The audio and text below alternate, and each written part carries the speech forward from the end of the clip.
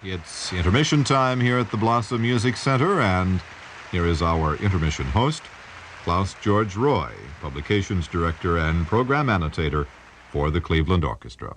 Klaus? Thank you, Robert. In a few minutes, we shall hear one of the super concertos of the piano literature, played by a man who has often been called one of the super pianists of our time. It's surely an accident of history that Jorge Bolet is appearing as soloist with us for the first time in 19 years. Somehow his schedule and that of the orchestra have not meshed until now. Mr. Bolet, I don't know whether you remember, but we met for the first and most recent time in late 1945 or early 1946, more than 30 years ago, in Tokyo. What were you doing there, as if I didn't know?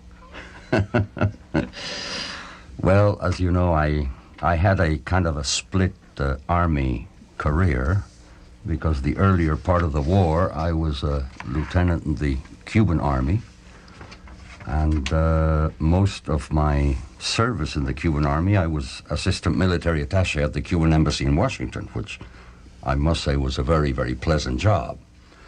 And from there I went as a rank private in U.S. Army. And, of course, I ended up in Tokyo. I like the rank private. That's a wonderful play on words. During the early years of the occupation when you were there. Yes.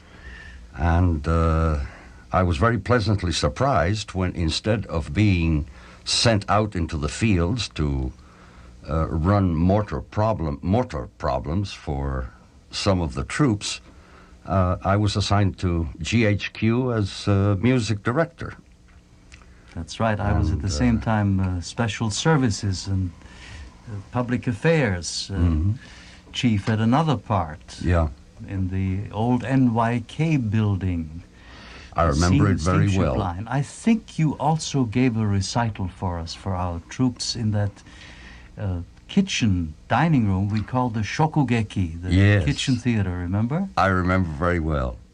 Then you conducted, I think, immortal performance in Japan. It certainly was the first time it ever happened. It was rather unusual because, you know, the Mikado had always been banned in Japan, so these were the Japanese premieres. Many people ask me, well, how did the Japanese like it? And I always have to say, well, you know, we didn't do it for the Japanese because having the total separation between the Allied personnel and the native personnel. But we invited I don't know if you realize that, we invited an audience for our dress rehearsal of Japanese, mostly press and government people and so on. No, I didn't. And they wrote it up in the Japanese newspapers, I understand, praising it very highly. Well, I think that was one of the first great successes of the occupation, that was even possible. Have you done any conducting since? No, that was the last time I stood in front of an orchestra. Mr. Bolet, although you were a child prodigy in your native Cuba in the late 1920s, early 30s, your career began in earnest when you graduated from the Curtis Institute in 1934. Can you recall your first major appearances in this country? Yes, my very first major appearance in this country was playing Rachmaninoff Third with the Philadelphia Orchestra under Ormandy, which was not a bad way to start. That is a major engagement, indeed. That was in the mid-1930s, probably. The 1937, if I recall right. It's often observed that our young pianists of today excel in matters of technique, but tend to sound pretty much the same. Now, all reviewers have drawn attention to your great mastery of the keyboard as well as to the variety and subtlety of your playing.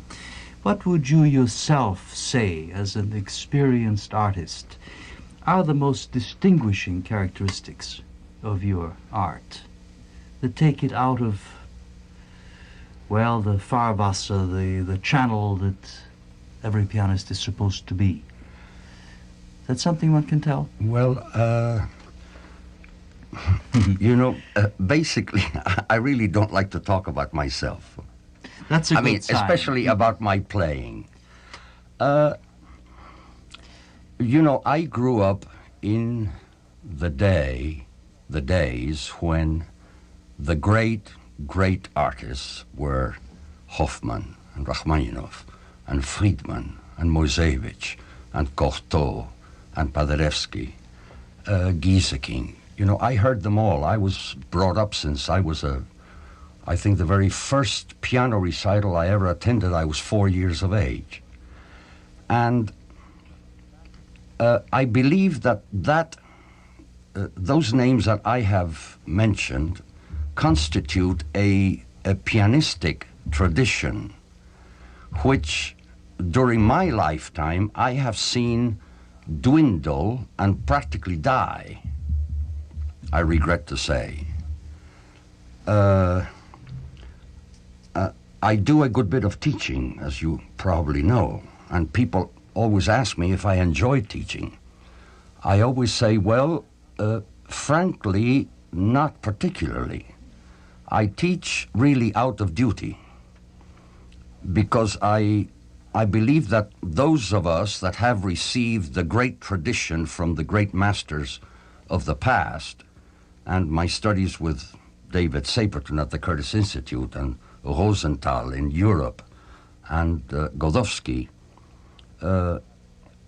I feel that I have a debt to pay, and I must pass on whatever I have been able to acquire of that great pianistic musical tradition to this young generation of today. I can't imagine a more illuminating reply to the difficult question I asked, because this is precisely what I was hoping for, that this tradition that you continue from personal experience is what you can pass on, you see, not only in your playing but in your teaching. I have been called on several occasions an old-fashioned pianist, and you can take this in an insulting way. I think sometimes the critic meant it rather insultingly, but frankly, I take it as a great compliment. Well, because if I'm an old-fashioned pianist, that means that I'm a pianist fashioned after, hopefully, the great ones of the past. Well, the critic of the time said that your playing looks back to the great days of Romanticism. I think that was meant favorably, Well, that yes. particular comment. You mentioned teaching. You taught for quite a number of years at Indiana University. Yes. And you have now a very important, influential post at the school from which you yourself graduated. Well, yes, I must say I'm very happy when I was asked to be the head of the piano department at the Curtis Institute, because, as you know, I think that is really the most unusual and I think the greatest music school in the world.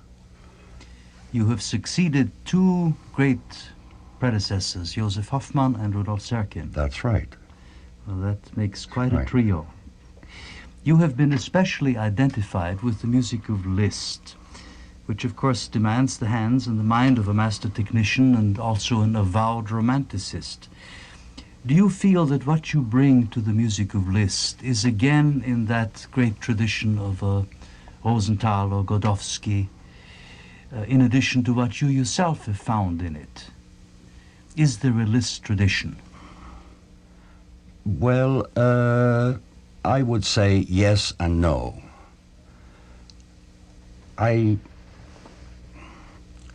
think I can best answer that question by mentioning what I feel about so much of the playing of the younger generation. I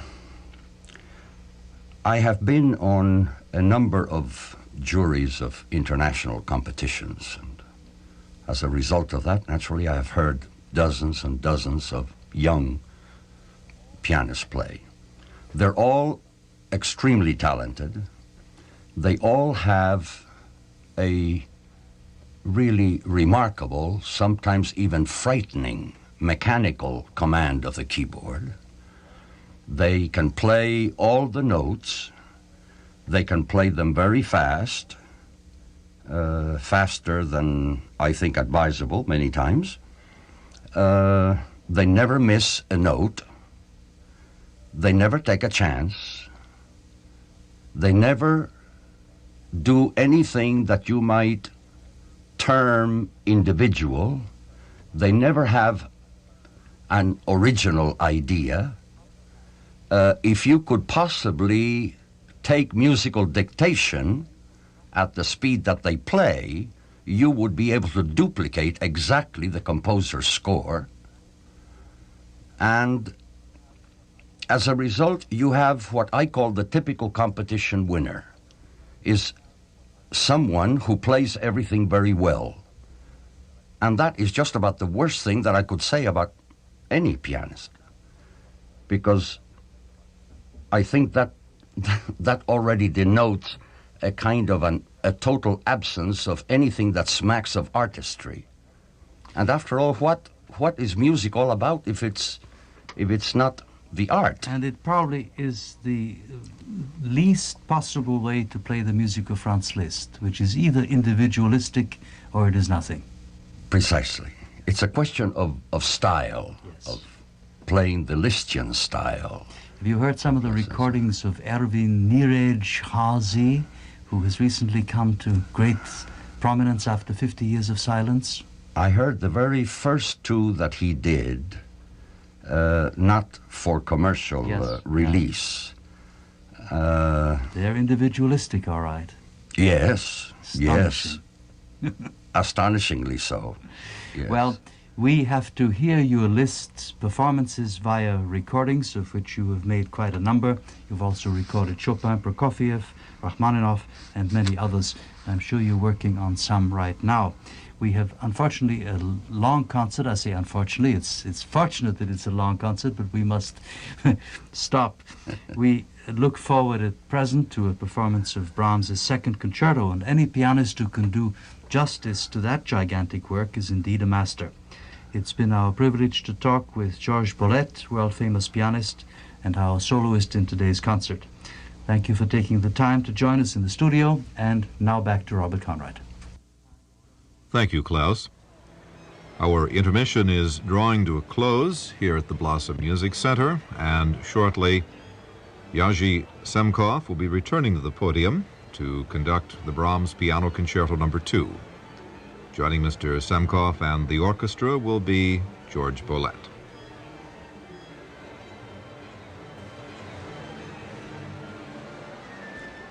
Brahms began to sketch the second piano concerto in the summer of 1878. He completed it on July 7, 1881, and played the solo part in the first public performance on November 9th of that year in Budapest, with Alexander Erkel conducting. There had been a previous and private hearing at Meiningen with Hans von Bülow conducting. The work has been performed 3 times at the Blossom Music Center, in 1969 with Van Cliburn and Josef Krips, in 1971 with Gina Bachauer and Raphael Frubeck de Burgos, and in 1975 with Van Cliburn and Lauren Mazel. Brahms' first piano concerto, completed in 1858, did not really become a staple of the repertoire until the turn of the century after the composer's death. Its rough hue and brilliance, its sense of gigantic improvisation, and many other factors militated against its easy acceptance. It will please, the 26-year-old Brahms wrote after the early performances, once I have improved its anatomy, and a second one will sound quite different. Now, the second concerto, begun more than 20 years after the first, does indeed sound quite different. Youthful impetuosity has given way to maturity and mellowness. Ardent romanticism has turned into an autumnal glow, a pervading feeling of warmth with everything non troppo. To Franz Liszt, in fact, who had asked for the score, the work seemed at first reading a little gray in tone. The general restraint of the music, the relative lack of outward display, even the neutral tonality of B-flat may have struck the creator of the tone poem as peculiar. But as he continued in his letter, I have, however, gradually come to understand it. It possesses the pregnant character of a distinguished work of art, in which thought and feeling move in noble harmony.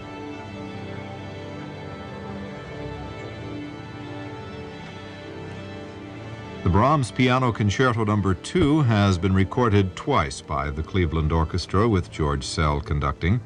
One on Columbia is with Rudolf Serkin as the soloist. Leon Fleischer's recording of it with Mr. Zell and the orchestra is available on the Odyssey label. There is incidentally an album that has both Brahms concertos by Rudolf Serkin, George Szell, and the Cleveland Orchestra on Columbia. Also, Leon Fleischer has recorded the first concerto with the orchestra. Now here's Jorge Bolet and Jerzy Semkow for the Piano Concerto No. 2 in B-flat major, Opus 83, by Johannes Brahms.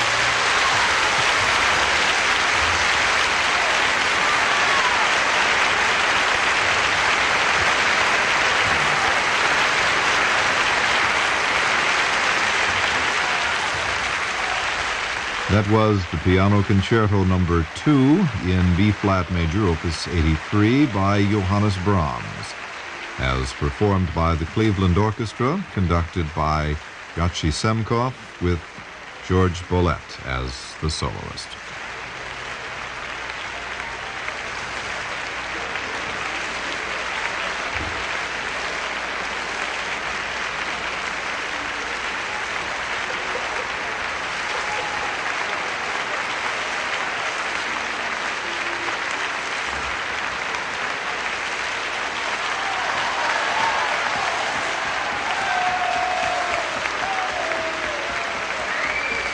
And so with the playing of the Brahms Piano Concerto No. 2, we come to the conclusion of this concert from the Blossom Music Center by the Cleveland Orchestra. Earlier, we heard the Symphony No. 6 at F major, Opus 68, the Pastoral by Beethoven. The conductor was Jerzy Semkow, music director of the St. Louis Symphony Orchestra.